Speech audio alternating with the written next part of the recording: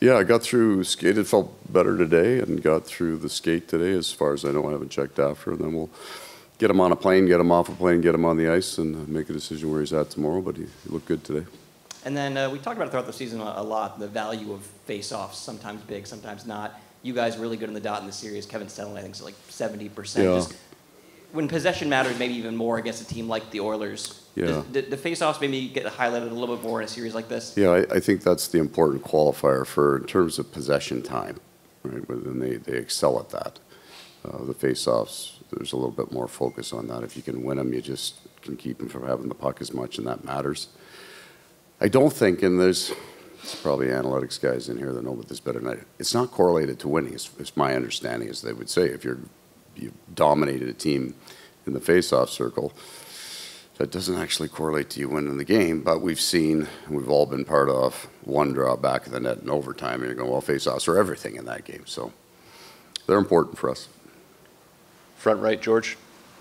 Sasha Barkov. Just, it seems like your mood is lightened tenfold the last 2 days. That helps, right? I mean, having him, yeah. It's the driver of my mood, right? Yeah, you go through that fear, maybe is the right word. Nobody wants to lose their captain. And you don't know if you have or not for a block of time. Then you find out there's a good chance you're not going to. Then you're in a much better mood.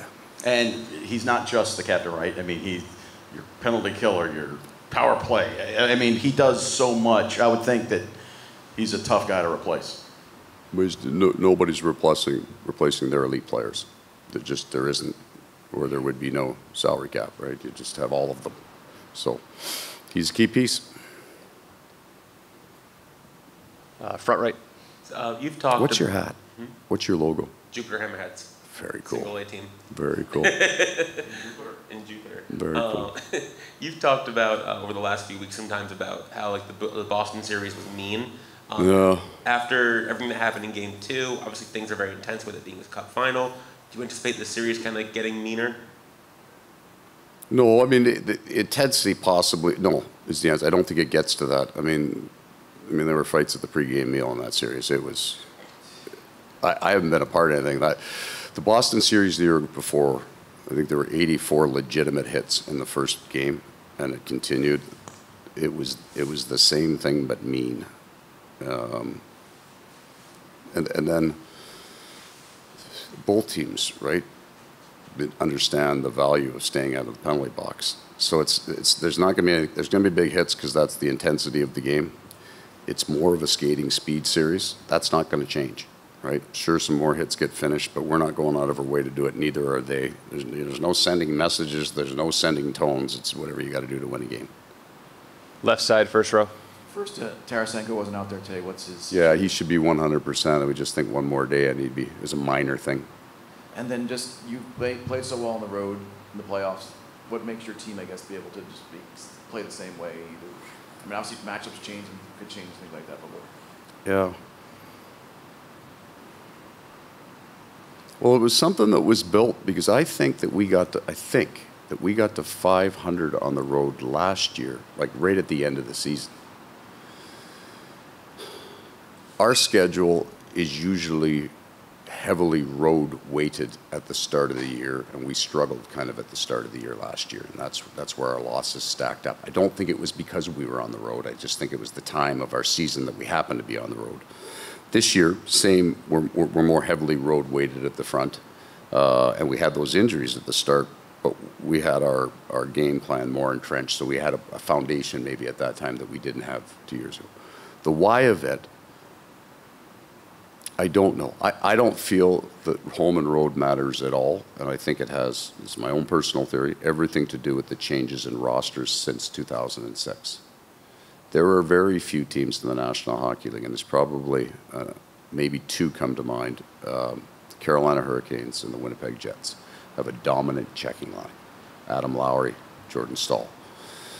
So there was a time in the league where everybody had a dominated check because it wasn't a skilled-based lineup. There were a handful of star players, and the rest of them were heavyweights, hard grinders. So when you got at home and you got last match and you have a hard checking line, I think that's why you saw the differences in home and road. And the game's not. I mean, it's a different culture, different game. The threat of violence seemed way stronger 25 years ago when you were on the road, right? But it was, there were more fights. It was just a more intimidating, potentially. So I think that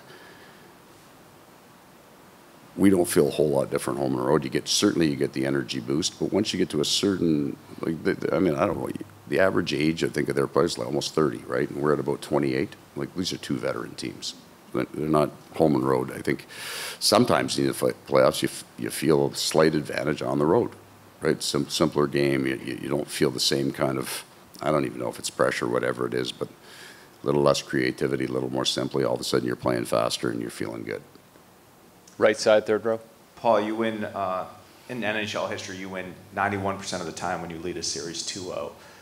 Cognizant of that, but knowing you're only halfway there, what do you tell your players about being in the driver's seat, but keeping the foot on the gas pedal? Yeah. Well, I don't know. The foundation of that stat would tell me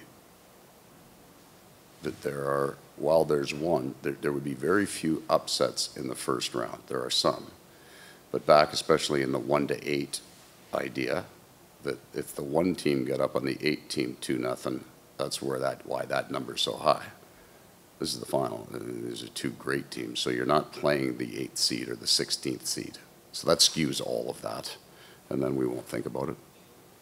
It won't have anything. It won't come into. We'll do two more We've got questions. a game plan. We're running the same program. Left side, second row. How big have the contributions of guys like Evan been for you guys in this series? Evan Rodriguez, players like that.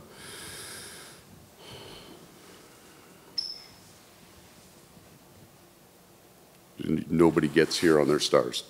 I mean, they drive the bus. We would all agree with that. They're the key pieces of this. But I don't think any team gets to this point without the 20 guys you're dressing. At some point, they have to be the difference. And we would all say so many times, the elite players almost cancel each other out. Like, our top two lines and their top two lines are really, really good, right? And I understand they're different style of players, but they're all almost equally highly effective in the way they play. So then it becomes Rodriguez, who started this year with Barkov, then spent an awful lot of time with Lundell's, played both sides, moved around. So you look at him and you look at Lusteron and you look at Lundell, that was our third line for a long time. Those guys have all been incredibly important. What's the importance of winning game two when Barkov goes down, falls in a lot of ways on Lundell's shoulders, and we closed it out. So I would say that over all of the minutes that you play, your elite players have to be great all the time. But there's going to be a block of time for each player on your roster that he will be the difference in that block of time before you win or lose. And, you know, in a couple of games this year, the playoffs, it's been Evan's time, and he's made the most of it. Last question, left side, first row. Another one sort of on playing on the road. You haven't played a game outside the Eastern Time Zone in, I think, 3 months. Yeah. What was the reason, I guess, waiting another day to go? Was there some sleep science behind it or anything like All that? of it, right? You take in the whole kind of, we got a bunch of really smart guys. They're all doctors of whatever it is they study. And you can argue on either side whether it was a value going a day in. So we didn't want the idea of getting, I mean, I got to my place, and when you win, you do media last. It's close to 1 o'clock by the time I get home. There's no party after the games. You come in, you do your work, you pack your bag, and you go home, right? So it's about 1 o'clock in the morning. We didn't really like the idea of getting them up to get them into a reasonable time in Edmonton that early that we would have to do that. So we didn't see a value in it. It's also all logistics. I mean, I don't know the entire decision-making part. We're going to go up there and we're going to be fairly cloistered, right? Just with the amount of people outside, we'll stay close to the rink. So we're going to be kind of in that building. We didn't necessarily need to be another day in there. So there wasn't enough in the, hey, you are better if you get in the time zone a day early, because the game's going to change by an hour, right? It's going to be a 6 o'clock game. So there's a change. Our practice, morning skate time's good. There's another change. There'll be like 10 changes that both teams have to deal with. You're used to it.